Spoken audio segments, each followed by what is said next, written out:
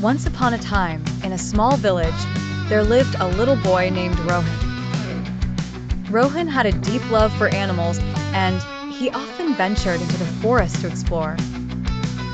One day, while Rohan was wandering in the forest, he spotted a small bird that was injured.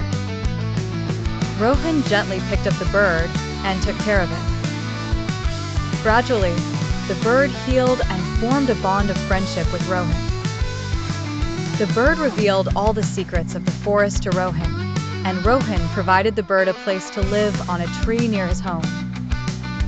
The two became close friends and had lots of fun together. Rohan learned that kindness and friendship can turn anyone into a friend. And what do you think? Does friendship depend on age or appearance?